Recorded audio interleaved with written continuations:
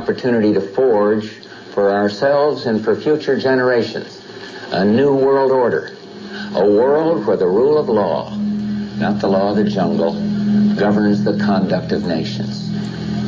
When we are successful, and we will be, we have a real chance at this new world order, an order in which a credible United Nations can use its peacekeeping role to fulfill the promise and vision of the UN's founders. There's a need for a new world order, but it has different characteristics in different parts of the world. The affirmative task we have now is to actually create a new world order. A world in which there is the very real prospect of a new world order.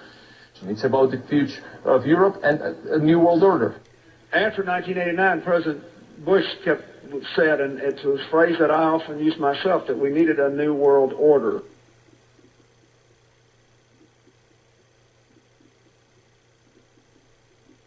And the hope that each of us has to build a new world order. The pieces are in flux. Soon they will settle again. Before they do, let us reorder this world around us. So that the problem of the Bush presidency will be the emergence of a new international order. Within the next 4 years, we will see the emergence of a new international order. The beginning of a new international order. But today, with Asia already outproducing Europe, India and China are clearly becoming part of our new order. So, in conclusion, ladies and gentlemen, a new world is emerging. It is a new world order with significantly different and radically new challenges. I think its task will be to develop an overall strategy for America in this period when really a new world order can be created. It's a great opportunity. It isn't just a crisis. That this crisis, in the way that has developed, will require some kind of world governance. Good evening, everybody. President Obama and British Prime Minister Gordon today calling for a new world order to tackle our global economic crisis. And the president outlined his vision of a new world order in which the U.S. would participate fully. We've got to give them a stake in creating the kind of world order that I think all of us would like to see. So I see a world order in the future with a multipolar world order.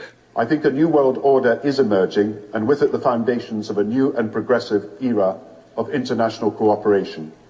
We have resolved that from today we will together manage the process of globalization to secure responsibility from all and fairness to all. And one of the ways that will drive the change is through global governance and global agreements. But in a globalized economy, we are going to have to take global responsibilities, and there is going to have to be some semblance of global governance.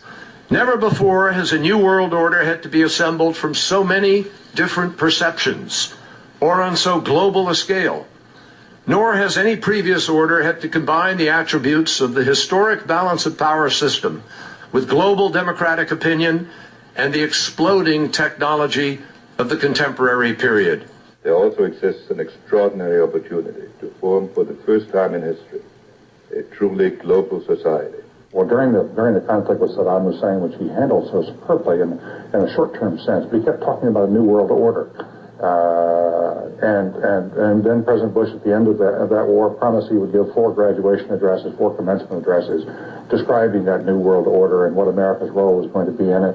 Turned out he gave one of those addresses and canceled the other 3 and talked about something else. That's what, because they weren't ready yet. That in fact we're all going to have to give up a little bit of our sovereignty in order to make the world work. And I strongly believe India will be a central actor in the new world order. And this present window of opportunity during which a truly peaceful and interdependent world order might be built will not be here for too long. Already there are powerful forces at work that threaten to destroy all of our hopes and efforts to erect an enduring structure of global cooperation.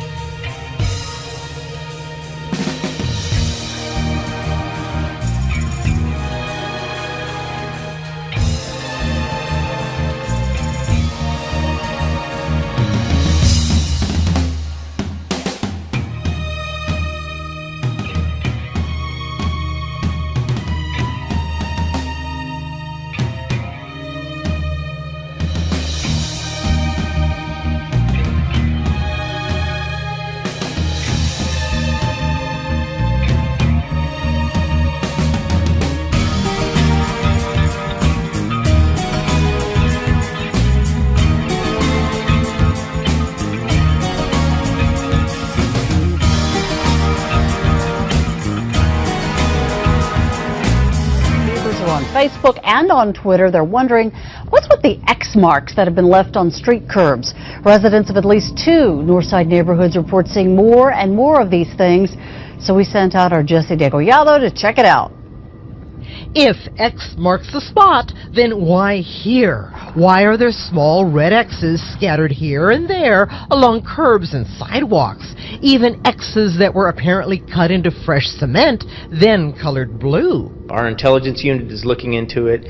Our North Property Crimes unit is looking into it, and we also have our patrol officers in the area are well aware of the situation. So are they a way of alerting burglars? Who's home and who's not? It doesn't appear that there's anything sinister going on. Still, police aren't ruling anything out. Maybe they're markings for underground utilities. That is one of the prevailing theories that we're looking into, that it could be. Yet SAWS, CPS Energy, Public Works, and Solid Waste Management tell us they don't use markings like this. You know, I never noticed that up until now. Olivia Guzman, who has a red X in front of her house, agrees given where her utilities are located. No, they're over here. There's the phone, AT&T right there. Then why are they here? I would like to know why somebody will mark the front of my house. Now, SAPD tells me that this is not against the law, but it is trying to confirm whether a company was going door to door and then left these X's in front of houses that perhaps weren't interested in what they were trying to sell. Now, they also will be looking into whether the red X's and the blue X's are somehow connected. I've had people calling me saying they go out to their mailbox and they find a little red dot or a little blue dot on their mailbox, and they wonder what the little red dot and blue dot is. Well, it's marking your mailbox by the government, so when foreign troops come in here on us after martial law, if you have a red dot on your mailbox, they take you out immediately and shoot you right in the head. But if you have a blue dot, they take you to the FEMA camps being built by Halliburton right now. A little bit of mud isn't stopping the construction of a FEMA dome in Lumberton. Crews began the work in April. Towering more than 50 feet above the ground, this 25,000 square foot building being built between Lumberton Intermediate School and Lumberton High School is the first of its kind in Southeast Texas. It's a disaster dome, able to withstand 200-mile-an-hour winds. It will allow first responders and people who are unable to evacuate to a safe location to safely ride out storms. Lumberton ISD is one of the school districts that is used as a command center, and this will be kind of used as our command center in the event of an emergency. The multi-million-dollar project is part of the Texas Safe Shelter Initiative and is being funded primarily by FEMA grants. We practiced to this not more than 3 weeks ago. We took every one of our officers, our patrol officers, and a couple of hundred officers from the Los Angeles Police Department, and we practiced the exact scenario that played out today. And I was talking to the officers in this particular incident a few minutes ago. You think about that, man. I'm gonna. That training. Well, I want to do that again because he's like, man, we practiced the exact scenario that played out today. Look at him. We played out today, and I was talking to the officers involved in this particular incident. Barbara Starr, she's live in Washington now. Barbara, let me ask you this: do you know anything at this point what officials are saying about this? Well, some information is now emerging. Our justice reporter, Evan Perez, has spoken to federal law enforcement official who says materials found on the shooting suspect did include a rant that appeared to reference that New World Order, as well as anti-TSA, anti-government claims. It's not clear what really gave rise to these references. Federal investigators have found no known links to any groups or anything in the suspect's background to explain them. For people perhaps not familiar, New World Order is generally accepted to be a conspiracy theory where people believe that there are elites out there forming some sort of special authoritarian government. This is the generally accepted view of what New World Order means. But investigators, Allison, still looking into all of this. Okay, Barbara, so CNN has learned that earlier this year, armed police officers were actually removed from TSA checkpoints at LAX for the first time since 9/11. What do we know about this decision? Well, Dan Simon out in California, our journalist out there, has been looking into this, and he's been told that, indeed, police officers were removed from those TSA checkpoints at LAX earlier this year. It seems the officers had been stationed there following 9/11, but a decision had been made to allow the officers to roam the terminal as long as they were never more than 2 minutes away from a checkpoint. So certainly investigators are going to be looking at this also. Did the system work properly? Certainly there was a massive law enforcement response very quickly.